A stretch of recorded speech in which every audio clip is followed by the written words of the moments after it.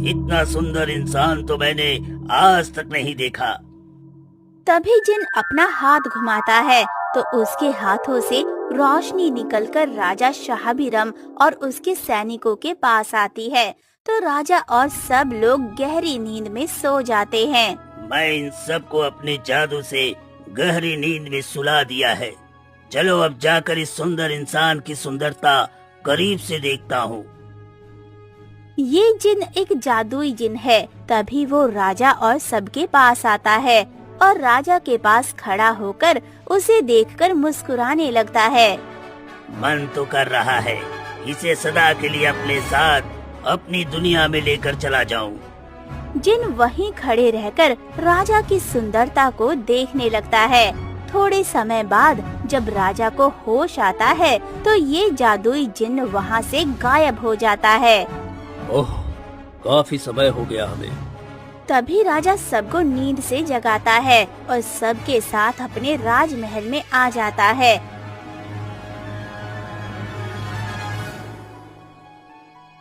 महाराज, आपको आने में इतना समय कैसे लग गया?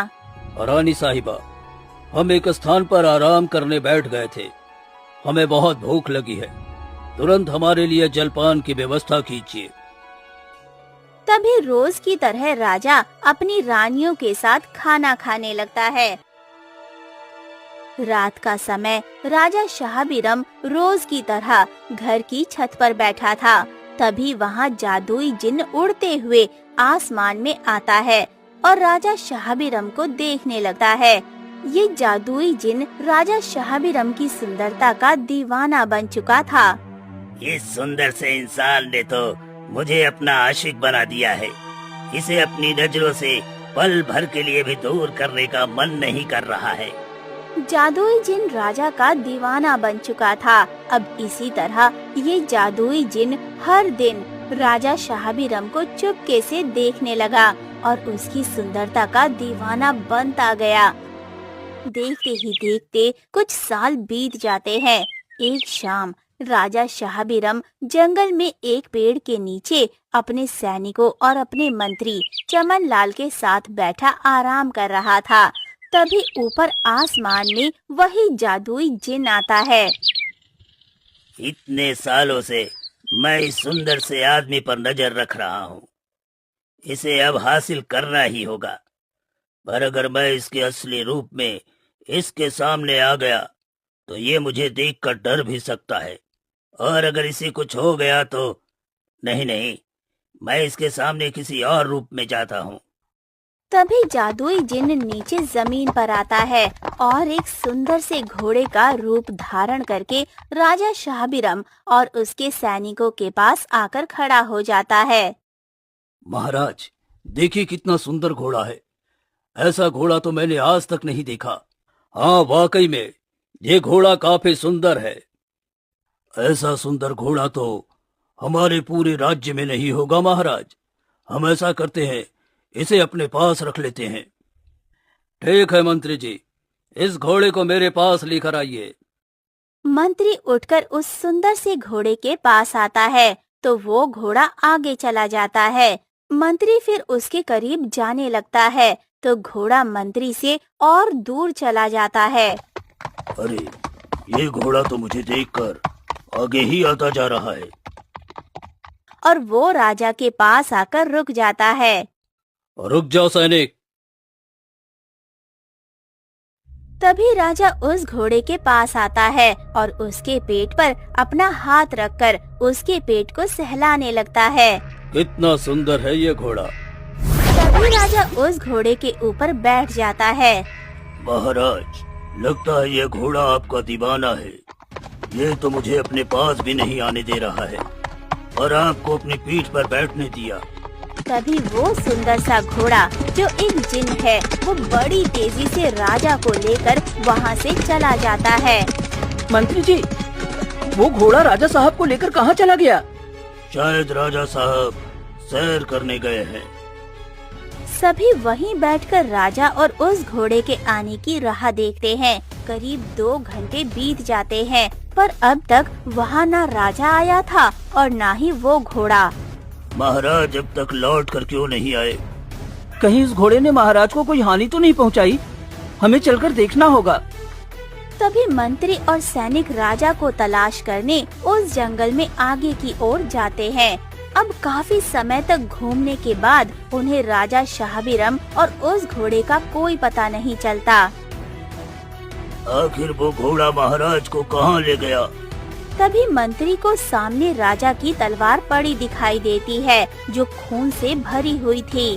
अरे, ये तो महाराज की तलवार है, पर ये खून में कैसे?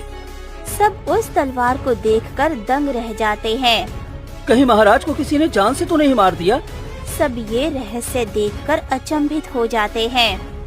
अगर राजा को किसी ने मार दिया है, तो ये बात मेरे लिए सोने पे सुहागा जैसी है, क्योंकि मेरी नजर कब से राजा की संपत्ति और उसके राज दरबार पर है। मंत्री जी, अब क्या करें? सैनिकों, मुझे लगता है राजा साहब अब इस दुनिया में नहीं रहे। अब मुझे ही राजा बनकर राजा साहब के राजकाज को आगे बढ़ाना होगा। ये क्या बोल रहे हो आप मंत्री जी? हम ये कैसे मान लें कि राजा साहब अब इस दुनिया में नहीं रहे? हमने तो उनकी लाश देखा ही नहीं है। हो सकता है राजा साहब जीवित हों, किसी समस्या में फंस गए हों। राजा साहब अपनी धन संपत्ति सब गरीबों में दान करते रहते थे, और हम सब राजा साहब की इतनी सेवा करते थे, तो राजा साहब ने हमें कभी कुछ नहीं दिया। अगर मैं राजा बन गया तो मैं तुम सबको माला माल बना दूंगा, तुम्हें कई सारी संपत्ति दूंगा। बस तुम्हें एक काम करना होगा, महल पहुंचकर तुम तीनों रानियों से और राज्य के निवासियों से ये कहना कि राजा साहब ने मरने से पहले मंत्री यानी कि मुझे राजा बनाया है और अपने राज्य की जिम्मेदारी मुझे सौंप दिया है। ये सुनकर सारे सैनिक लालच में आ जाते हैं और वो मंत्री की बात मानकर मंत्री के साथ राजा के महल में आते हैं। रानी साहिबा, आप तीनों के लिए एक दुख भरी खबर है। कैसी दुख भरी खबर मंत्री जी? महाराज अब हमारे बीच नहीं रहे। हाँ रानी साहिबा, महाराज अब हमारे बीच नहीं रहे। जंगली जानवरों ने राजा साहब पर हमला करके उन्हें जान से मार दिया। नहीं, ऐसा नहीं हो सकता। राजा साहब हमें छोड़कर नहीं जा सकते। तीनों रानियों का रो रो कर हाल से बेहाल होने लगता है। राजा की मौत की खबर सुनकर पूरे राज्य में मातम सा छा जाता है। मंत्री और सैनिक सबको राजा की मौत की अनगिनत कहानियां सुनाने लगते हैं। कुछ दिन बाद तीनों रानियां महल में अपने कमरे में थीं। तभी मंत्री और सैनिक उनके पास आते हैं। रानी साहिबा, मरने से पहले राजा साहब ने मुझसे एक वचन लिया था कि उनके मरने के बाद इस राज की सारी जिम्मेदारी मैं संभालूं। मैं उनकी जगह राजा बनकर उनकी सारी जिम्मेदारियों को निभाऊं। क्या ये सही है रानी साहिबा? राजा साहब ने मंत्री जी को राजा बनने के लिए कहा था, और उन्होंने ये भी कहा था कि मंत्री जी आप मेरी तीनों रानियों से विवाह भी कर लें। नहीं, ऐसा नहीं हो सकता। ये मंत्री झूठ बोल रहा है। हम इस मंत्री से ना विवाह करेंगे और ना ही इसे राजा बनने देंगे। मैं आपकी बात समझता हूँ रानी साहिबा, पर राजा साहब ने आप तीनों को इतनी शानो शौकत दी, आपको अपनी रानी बनाए, तो क्या आप उनकी आखिरी इच्छा पूरी नहीं कर सकते? मंत्री जी तो बस राजा साहब के हुक्मों का पालन कर रहे हैं। ये सुनकर रानी मीरा और रानी तारा रोने लगते हैं। हम महाराज से बहुत प्रेम करते हैं, हम उनकी हर इच्छा को पूरा करेंगे। मंत्री जी, आज से आप हमारे राजा, हमारे पति हो। हम आपसे विवाह करने के लिए तैयार हैं। ये क्या बोल रही हो तुम? हम इस मंत्री की रानियां कैसे बन सकते हैं? मुझे तो इस पूरे खेल में इस मंत्री की ही कोई चाल लगती है। ये रानी सुमित्रा कहीं मेरा बना बनाया खेल न बिगाड़ दे। सुमित्रा, तुम भले ये बात ना मानो, पर हम अपने महाराज की खुशी के लिए कुछ भी करने को तैयार हैं। फिर क्या था, रानी मीरा और रानी तारा ये दोनों मंत्री चमन लाल से विवाह कर लेती हैं और मंत्री चमन लाल को अपने राज्य का राजा बना देती हैं।